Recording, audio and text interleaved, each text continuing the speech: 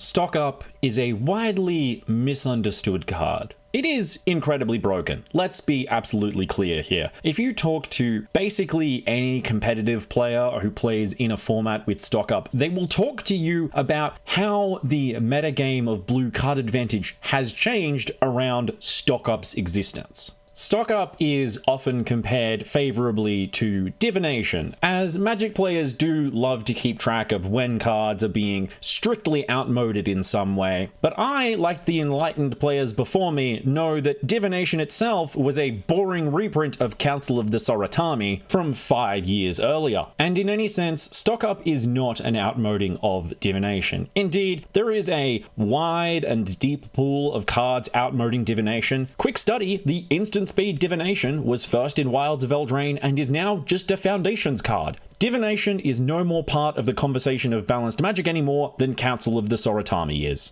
No. It is important that we get our comparisons correct, and Stockup is not a Divination. It's a Dig Through Time. Dig Through Time is an absolutely broken spell from 2014 that demonstrates not only that Delve was an absolute mistake and should never be reprinted outside of extremely controlled circumstances, but also that the door is wide open for the idea of how many cards deep do you need to look into your library for it to count as drawing an additional card. And just a reminder on your drafting basics, scrying 1 is 40% of a card because that is how often there is a land on top that you want to put on the bottom, and thus you have improved a land on top into a card that you actually wanted to draw.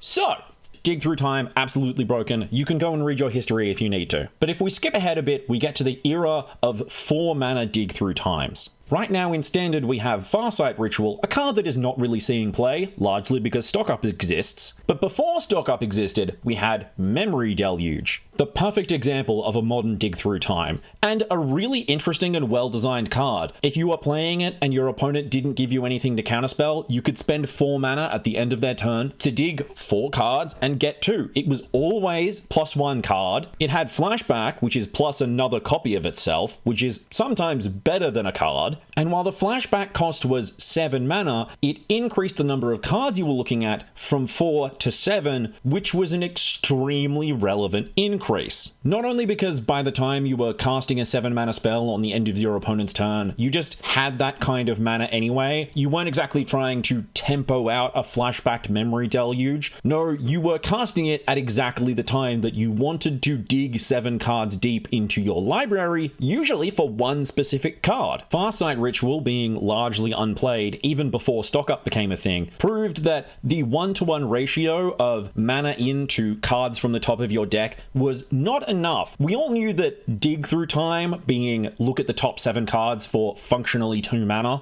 was absolutely broken. And there were some lingering questions after Memory Deluge. It was 4 mana to look at 4 cards and then 7 mana to look at 7 cards, getting 2 every time. Was that the appropriate rate for a blue rare? Well, no, it turns out that it wasn't, because Memory Deluge actually got you 3 cards because, as you'll recall, the first cast let you flash it back afterwards, which made the card a very, very different experience to Farsight Ritual, which was 4 mana to look 4 cards deep, and if you wanted to go an additional minus by paying the bargain cost, you could look an additional 4 cards deeper. Not usually that good, because if you were casting Farsight Ritual for 4 mana, it was more often on a tempo-based turn. And so, onto the scene arrives Stockup, a sorcery speed Dig Through Time at the lower mana cost of 3, but with a value proposition of looking at the top 5 cards for 3 mana and then pulling 2 into your hand. This is what turned out to be the point of criticality. The question of resolving a Stockup on a tempo turn, Stockup being 3 mana for looking at 5 cards,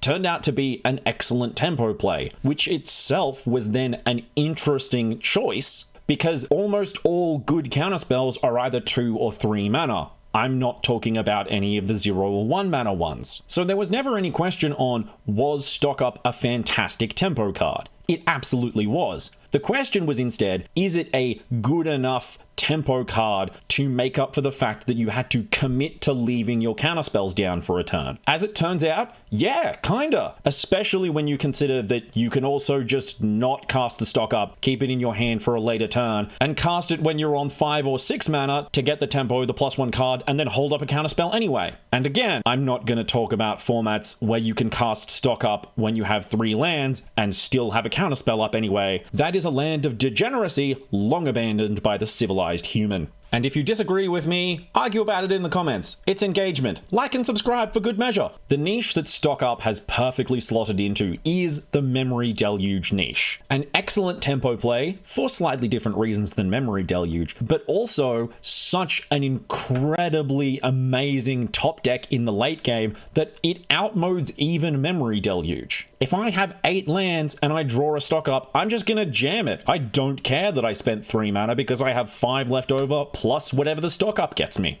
I'll say it right now. I don't just think that Stockup is competitively good, I think it's an incredibly well-designed card, and I want to see it in as many Magic formats going forward as possible. When we get our revised version of Magic Foundations, I want Stockup to be in there instead of Quick Study. Yes, it's a stronger card, but it's also just a source of much more interesting play patterns, and that is the thing that I personally care about.